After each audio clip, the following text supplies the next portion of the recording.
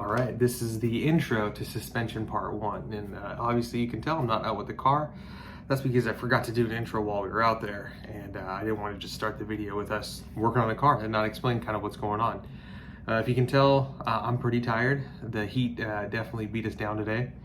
In the video today, we took apart most of the front suspension, pre-assembled it, to set ourselves up for success on the next part, suspension part 2, which might be 1 or 2 videos away.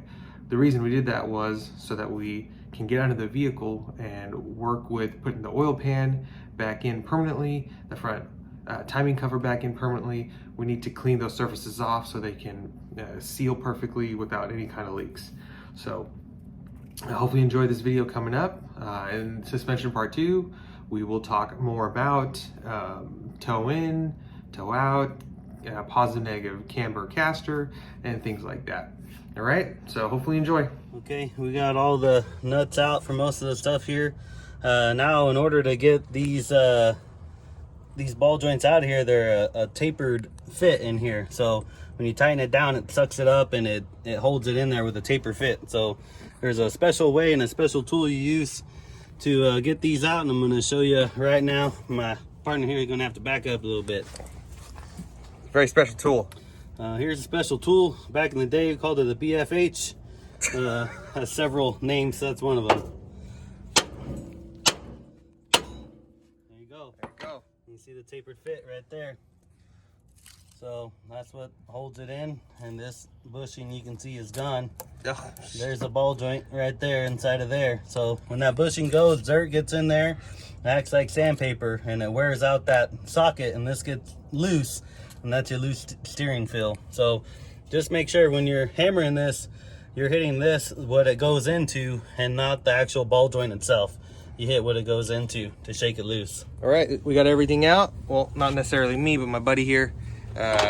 He's the master suspension guy, and I'm gonna let him explain what's going on here.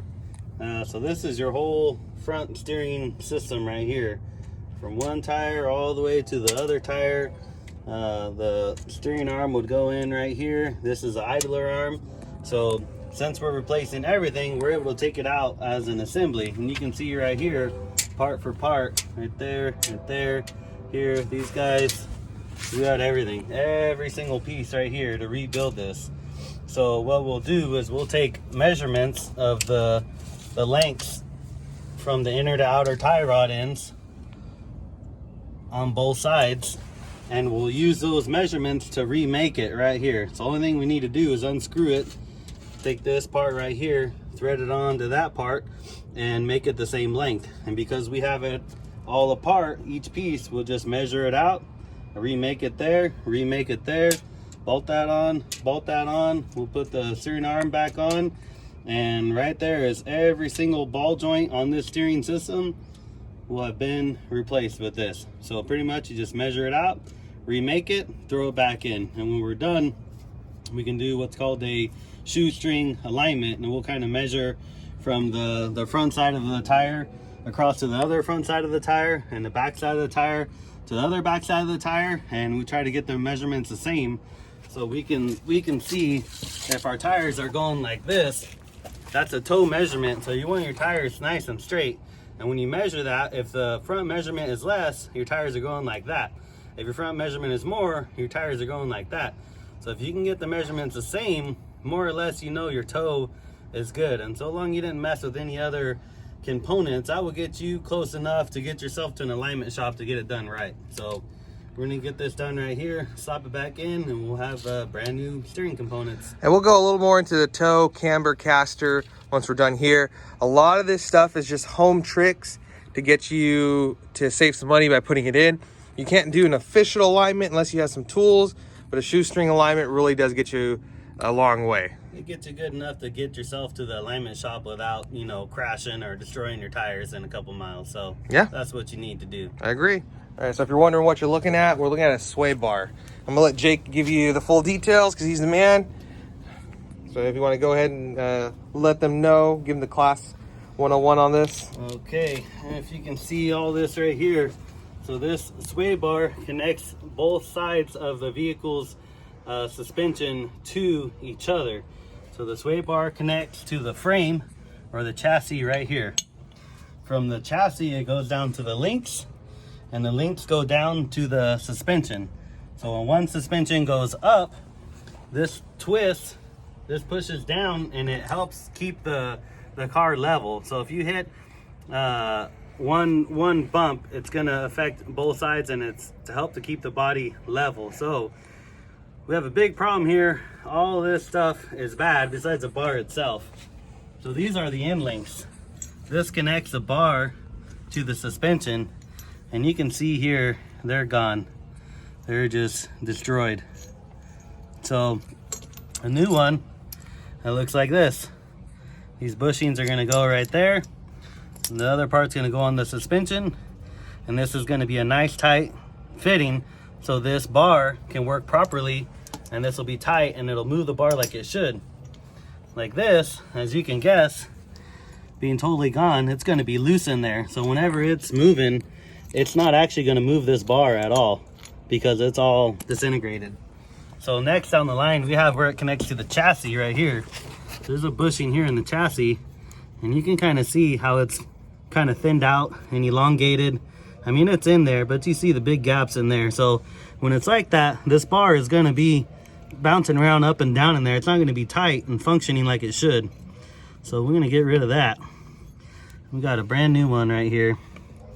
You see the difference? See how tight that is? So that'll slide around the bar right there. That'll go in there like that. That'll bolt to the chassis, and that'll make this whole system work properly. Yeah, that's right. We like it tight. So what a lot of people don't know is that the sway bar right here is the most underlooked part of the suspension system. This is a part of the suspension. This sway bar is actually a spring. The way this works, when it twists side to side, it has a springing action.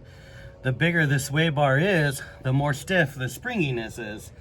The smaller diameter it is, the softer it is. So the bigger it is, the less body roll you'll have. The smaller diameter it is, the more body roll you have, like a Cadillac, like a boat. So when you turn on the freeway like this, the whole body would be flopping side to side. On a sports car like this SS, when you're turning the wheel, you want it to be nice and tight. And that's what this big bar will do. But it cannot work if the components are all messed up. So in doing this, it will really bring back the life of the feeling of the sportiness of the car. And it's real simple stuff. You know, a couple end links and a couple bushings right there, and we will bring the sporty feel of this car back to life. So that's a 101 on the sway bar. What to do, how to inspect it, how to replace it. It's pretty easy. Unbolt it, put the new stuff on, throw it back in. So there you go. Okay, everybody, and here's another portion of the suspension system here. What we're looking at is a lower ball joint and the upper ball joint. So the lower ball joint is held in with this nut, and much like the sway bar and the steering suspension over there, it is a what do you call this? A tapered in. So when it goes up in there, that taper, it self holds itself in there. So in order to get it out, it's very similar to the other ones. You can kind of take off this nut and knock it with a hammer and pry up on here. You mean that special tool? Yeah, the special tool, the BFH hammer, and pop that sucker out of the knuckle. And then you either have to use a air hammer or a ball joint tool, because this part right here is pressed into the lower part of the A-arm right here. So you have to either hammer it out or press it out, and then the new one, you'll put a tool around the end and you'll press it in, and it'll lock itself in place on that shoulder right there. So this is what I would consider a conventional normal ball joint. This is what I'm familiar with. Now the upper, on the other hand, we got some different stuff going on here. If you look up here, this ball joint, which is the same as a lower, is a tapered end and all that.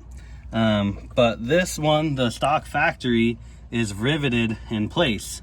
Now this new one right here, as you see in comparison, just has holes, and it comes with bolts to bolt it in place. So what we'll have to do is we'll have to grind off the top of these rivets and punch them out of there, and pull this out. Obviously we'll have to pull off the nut and everything from the bottom, and we'll have to bang that loose with our BFH hammer and get that out of there. And then the same thing, once that pops out, instead of having to press this in where it's catching on this section right here, because it's riveted in and this new one will be bolted in, it should just come right out. It should. So it's a little bit different style than I would say is normal, but it's actually much easier to change once you've updated it to the new bolt-on style. If it goes out again, you can just unbolt it, unbolt the nut, pull it right out, slap the new one in, bolt it back in, and you're done. So this right here is going to control the play in your wheels, the up and down play. So if you have too much play in there, these will go like this. Your wheel will be moving up and down, and what can happen is the joint inside of here can get so loose and worn out, it will pop out and your whole wheel will actually fall over. It will cause a serious accident. So these are very important to check and you know, keep fresh. So we're a part of the steering and suspension that we're changing out on this. This is a major safety item right here. So since we're doing everything, this is one of the many things we're doing, and it'll also make the steering and the sportiness of the car, you know, feel better, because everything will be nice and tight. So that's next up on our list right now. Yeah. So real quick, I want to tackle something. I'll let Jake explain. He made a good point. Oh, I brought it up and he reminded me. Jake, would you tell everyone why you wouldn't just drill these rivets out when that's kind of a normal practice? You wouldn't necessarily want to drill them out, because the hole in the A-arm right here is a certain specific size. So if you accidentally drill crooked and you mess up the holes in here, it will be loose. Now, if this is loose and this thing's moving around, it kind of defeats the whole purpose of replacing it. This has to be extremely tight and snug in there. It cannot move at all. So you really have to be cautious when you remove this old style to not damage the upper A-arm itself, or you'll have to replace the entire A-arm. Okay, and the one last thing I'm going to do before we end this part of the video is, you can see right here was that Zerk fitting I talked about in the drive shaft episode. This has one, so that means this is serviceable. This is a non-serviceable ball joint. Just something I wanted to point out, where parts may look a little different, might be from a different time and era. It's just, remember, it's just preference on that part. Yeah, this you know, Zerk fitting versus non-Zerk fitting, if you don't grease this, it will not last very long at all. The non-serviceable ones, they're sealed a bit better and there's grease in there, and they tend to last quite a while. Most of them on modern cars are non-serviceable like this, and they should last a good 100,000 miles. So it's not really a big deal that it's a non-serviceable type, because it should last quite a while, probably longer than the life of this vehicle, I would imagine. All right, we're wrapping it up for today. As you can see here, there's some stuff missing. Had a lot accomplished and put some things together, but we didn't actually install it to save ourselves some room to work under there for the oil pan and whatnot. So the spindle is out, the ball joints are still here. They'll be removed the next work day that we come work on this guy. All the steering linkages you see are gone. They've all been redone and assembled, but not quite installed. You may or may not notice the sway bar is actually also gone, and all the new parts and pieces are on that, but again, we didn't put it on to save ourselves some room. So we'll show you what that all looks like assembled but not on. We got it sitting in the trunk for now. So, all right, we're back. So here's our pile of old parts and some new parts. So starting off with steering linkages. Here's our outer and inner tie rod ends, our new idler arm, our new center, outer, inner, and outer. And here's a new sway bar end links. There's the new bushings on the sway bar. That's the sway bar itself. So all that is assembled and ready to be put on. It'll just be a matter of a couple nuts, a couple bolts. Everything is measured out. The alignment should be close enough that we can get a shoestring measurement on it. You see here we got our spindle that we removed. That's just going to sit here until we get the ball joints changed out. And got a few old parts and pieces in here we are slowly replacing. Yeah, hope you enjoyed.